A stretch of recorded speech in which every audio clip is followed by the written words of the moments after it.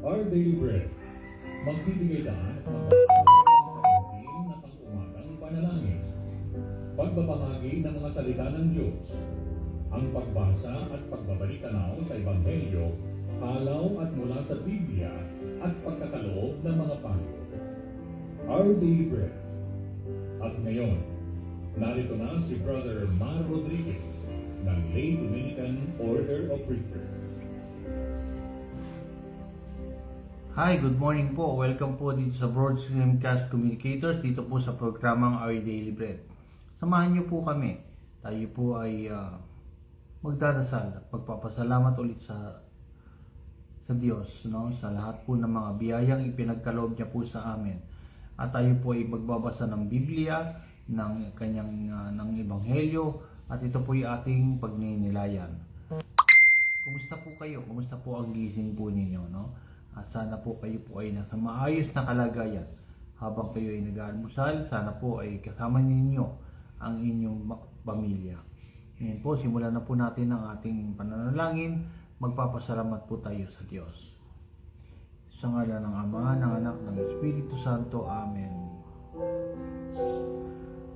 Panginoon namin Diyos, kami po ay nagpapasalamat para sa lahat ng mga biyayang ipinagkaloob mo po sa amin. Hindi na mahalaga kung maliit o malaki ang mga biyayang ito. Dahil ang pinakamahalaga naman talaga sa lahat, Panginoon, ay ang pag-ibig mo po sa amin. Sa kabila ng aming kahinaan, pagkukulang at kasalanan, kami ay patuloy mong binibiyayaan. Ipinapanalangin din namin, mahal na Panginoon, ang mga taong may karamdaman. Pagalingin niyo po sana sila. Ipinapanalangin din po namin ang mga nawalan ng trabaho, hanap buhay. Tulungan mo po sana silang makabangon mula sa kanilang kinasasadlakan. Humihingi po kami ng kapatawaran para sa lahat ng aming naging kasalanan at kahinaan. Buong kababaang loob namin hinihingi, Panginoon, ang iyong awa, ang iyong pangunawa. Ito po ang aming samot dalangin sa pangalan ni Jesus na nabubuhay, nag-ahari, magpakailanman at magpasawalang hanggan. Amen. Sa ngalan ng Ama, ng Espiritu Santo. Amen. Good morning po kay Miss Mau. Kamusta po kayo? Good morning din po sa lahat po ng mga nanonood sa umagang ito. At kahapon po ay isang taga-Irish o Ireland ang nagpadala po sa atin ng mensahe. Magandang umaga po sa inyo. Magandang umaga po sa lahat po ng mga OFWs diyan po sa Ireland, sa UK at sa iba pang mga bansa.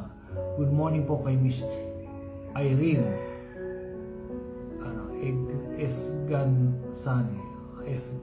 Gasani. Good morning po Miss Irene at good morning po kay Miss Mau. Good morning po sa lahat po ng mga nanonood at babahaginan nitong ating programa sa umagang ito. Good morning po sa inyo lahat, lalo na sa grupo po ng El Shaddai na binabahaginan po natin, sinishare po natin sa kanila doon po sa kanilang webpage. Ito pong ating gospel na sa ganun po ay mabahaginan din sila ng grasya ng Diyos sa umaga. Ayan. Para hindi naman lahat masamang balita ang ating maririnig, kung hindi ang balita naman mula sa ating Panginoon, yung gospel. Ngayon naman po ay babasahin po natin ang salita ng Diyos mula po sa sulat ni San Juan. Sumainyo ang Panginoon, ang mabuting balita ng ating Panginoon mula kay San Juan.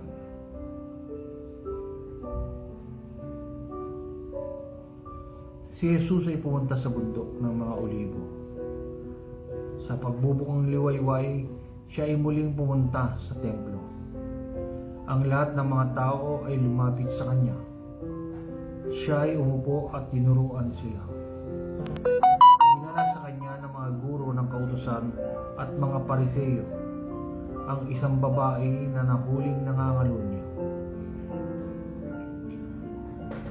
Inilagay nila siya sa kalagitnaan. Sinabi nila sa kanya, "Guro, ang babaeng ito ay nahuli sa paggawa ng pangangalunya. Iniutos sa amin ni Moises sa kautosan na batuhin ang katulad nito. Ano ang masasabi mo?" Ito ay kanilang sinabi upang subukin siya nang mayroon silang may paratang lamang kay Jesus.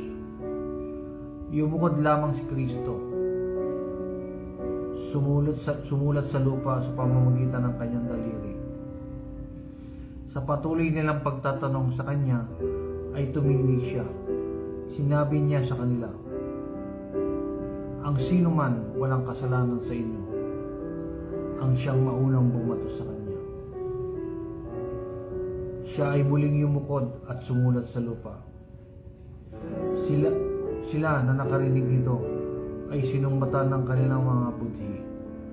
Dahil dito, sila ay isa-isang lumabas, simula sa matanda hanggang sa kahuli-hulihan. Naiwan si Jesus, gayon din ang babae na nakatayo sa kalagitnaan. Nang tumindig si Jesus ay wala siyang nakitang maliban sa babae. Sinabi ni Jesus sa kanya, "Ginang, nasaan ang mga nagsasakdal sa iyo? Wala bang humatol sa iyo?" Sinabi niya, "Wala, Ginoo." Sinabi ni Jesus sa kanya, "Kahit ako man ay hindi hahatol sa iyo. Umayo ka at huwag nang magkasalang muli." Mga kapatid, ang mabuting balita ng ating Panginoon.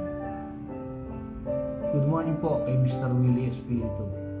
Hi sir, kumusta po? Thank you for watching po. May isang tao ang nagsabi sa kanyang kaibigan na, "Bakit ka ngayon ka lang nagbabagong buhay? Kung kailan matanda ka na. Dapat ginawa mo yan nung bata ka pa lang." Ang pagbabagong buhay at pagbabalik loob sa Panginoong Diyos ay walang expiration, tulad ng isang pagkain. Ang sino man tao ay maaaring magbagong buhay hanggat siya ay humihinga at nananatili ang awa ng Diyos sa sinong mang makasalanan. Sa ating mabuting balita, mababasa natin na lumapit kay Jesus ang mga tagapagturo ng kautusan at mga Pariseo na may dalang babaeng nahuli sa pangangalunya. Nais ng mga taong ito na magbigay ng hatol si Jesus laban sa nasabing babae nang naaayon sa kautusan ni Moises, kung saan dapat batuhin hanggang sa mamatay ang mga kagaya niya. Itinanong nila ito para subukin si Jesus at nang may paratang sila laban sa kanya. Sapagkat kung sasabihin ni Kristo na dapat parusahan ng babae, ang magiging paratang laban sa kanya ay hindi siya marunong maawa at magpatawad sa mga makasalanan, kagaya ng kanyang ipinapangaral. At kung sasabihin naman niya na pakawalan ng babaeng ito, aakusahan naman si Jesus na kinukonsinti niya ang mga makasalanan, lalo na ang isang babaeng nakikiapid o gumagawa ng isang bagay na immoral. Hindi kumibo si Jesus at sa halip ay yumuko lamang siya. Hindi niya pinansin ang pagtatanong ng mga tao na sa paligid niya. Hinayaan ni Kristo na sila mismo ang humatol sa babaeng nahuli sa pangangalunya. Kung sa tingin nila ay wala silang kasalanan at mas malinis sila kaysa doon sa taong pinaparatangan nila. Para sa atin, tayo, hindi dapat kahabagan ang mga taong makasalanan katulad ng babaeng nakikiapid, dahil ang pakiramdam natin ay kailangan silang parusahan para pagbayaran ang kanilang mga kasalanan. Ang tingin kasi natin sa mga makasalanan ay walang puwang sa mundo at salot ng lipunan. Samantalang ang pakiramdam naman natin sa ating mga sarili ay mga matuwid, kaya madali tayong humusga ng ating kapwa. Sa pananaw ng mga tao, ang mga tao makasalanan ay dapat lamang parusahan. Kaya, magtataka pa ba tayo kung bakit nakahandusay sa lansangan ang maraming bangkay ng mga adik?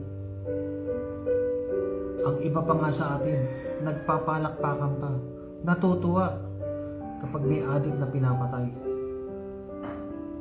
Ito ang hustisya para sa atin. Ang alam nating hustisya ay sa pamamagitan ng kamatayan. Anong sinasabi natin? Dapat yung mga adik na yung patayin dyan. Ubusin yan. Isa-isang pagpapatayin yan. Anong sinasabi pa natin? Dalawa lang ang pagpipilian yan. Simenteryo o kalaboso.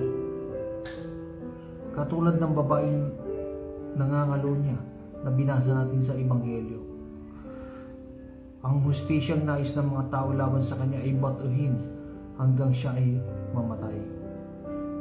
Para bang ang pakiramdam ng mga tao ay kamatayan lamang ang solusyon laban sa kasalanan at kriminalidad. Wala yung salitang awa. Wala yung salitang second chance.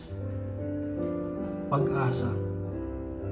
Subalit tandaan natin na ang habag at awa ng ating Panginoon ay nakahanda niyang ibigay anumang oras para sa lahat ng mga makasalanan at nagdisisi at nagbabalik loob. Ang taong makasalanan ay katulad ng isang taong nadapa, pero sa halip na siya ay tulungan nating makabangon, lalo pa natin siyang inilulugmok at ibinabaon.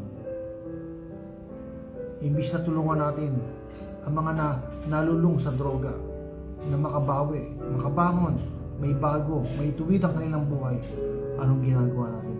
Pagpatay ang solusyon. Wala nang pag-asa yan, ika, sabi natin. Wala nang pag-asa yan, patay na lamang. Pagka pinutol mo ang buhay ng isang tao, ano pang pag-asa ang naghihintay sa kanya? Kahit na ang pinakamasamang tao ay pwede pang magbago. Ano mang basura na mapupulot natin ay pwede pa natin pakinabangan. Ang isang kinakalawang ay kaya pa natin pakintabin.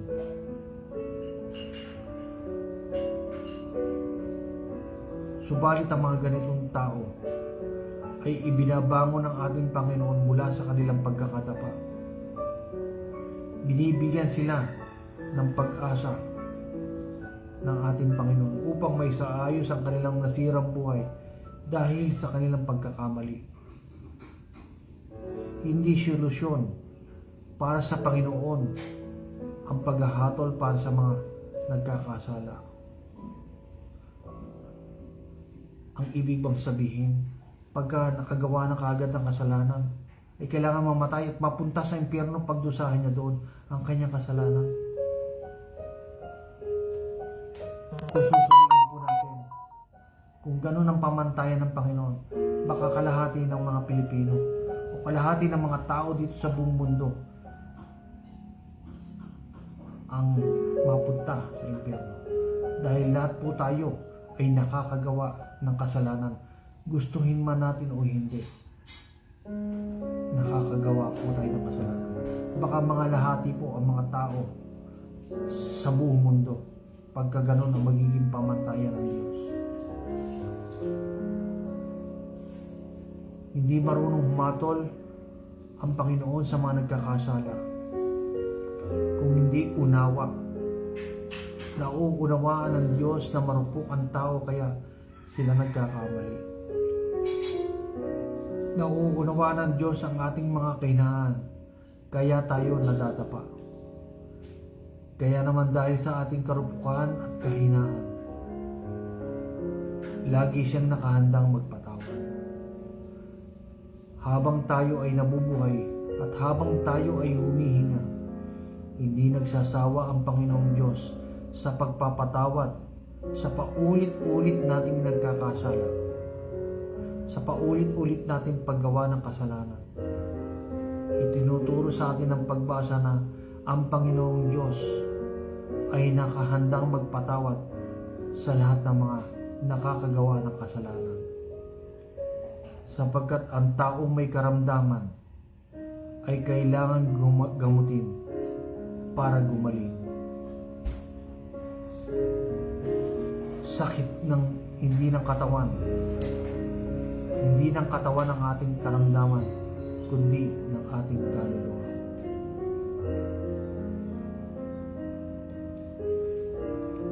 Itinuturo din po ng pagbasa yung hypocrisy. Madali tayong tumuro, makasalanan ka, pero tandaan po natin yung 4 na daliri, tumuturo din po sa atin. Yung 3, ayan pala, 3, tumuturo sa atin. Inaakusa natin yung iba, makasalanan, pero yung 3 daliri nakaturo sa atin. Ibig sabihin, mas makasalanan tayo dun sa taong inaakusahan natin. Humarap kaya muna tayo sa salamin at tignan natin ang ating dungis bago natin punahin ang dungis ng ating kapwa.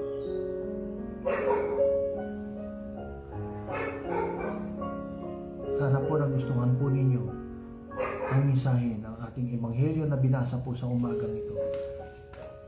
Good morning po kay Miss Coco Giovanni. Good morning po, Miss Coco. Thank you po. Maraming salamat po. Na-appreciate ko po lahat po ng mga nagpapadala ng kanilang mensahe at nanonood. At sana po dumami pa po kayo. Para na sa ganon ay marami po ang bahaginan ng salita ng Diyos. At may pray natin sila. May sama natin sa panalangin. Ano po, ang lahat po ng mga nanonood. At ipinapanalangin po natin lahat po ng mga prayer intention nyo. Yung mga pinadala po ng pangalan ni Miss Mau kahapon ay sinama ko po sa aking panalangin kay Miss Irene. Ayan, good morning po. God bless po. Well, siguro po, pabati na po natin ang ating mga suki na walang sawang nanonood sa umagang ito kay Mr. Willie Espiritu, kay Miss Mau, kay Miss Irene, at sa lahat po ng mga OFWs, kay Miss Coco. Ayun pala, New Jersey pala yan, New USA. Good morning po. Kumusta po sa mga taga-Amerika, no? Taga New Jersey. Ang kapatid ko po ay mula sa diyan po sa California. Ayan. Good morning sa inyo po. Sa inyo lahat. Yan, no? Sa Florida, ayan. Ayan po. Good morning sa Florida. Yung bayaw ko po, si William. Ayan. At ang sister ko po, mula po dyan sa Florida. Good morning po. Miss Hanilet, good morning din po. At good morning din po sa mga lay ministers, mga kasama ko lay ministers sa Santo Domingo, sina Kuya Ben Maglake, Kuya Bernard Bernal, Kuya Ado Galero, Kuya Ramil Peliasar, Kuya Belmar. Ayan, si Kuya Belmar naman po ay nasa Canada. Ayan po. Good morning ulit sa mga taga USA. Ayan. Kamusta kay President Joe Biden? Good morning. Baka nanonood si President Biden sa ating Our Daily Bread, ano? Ayun nga lang, Tagalog. Pa-translate na lang.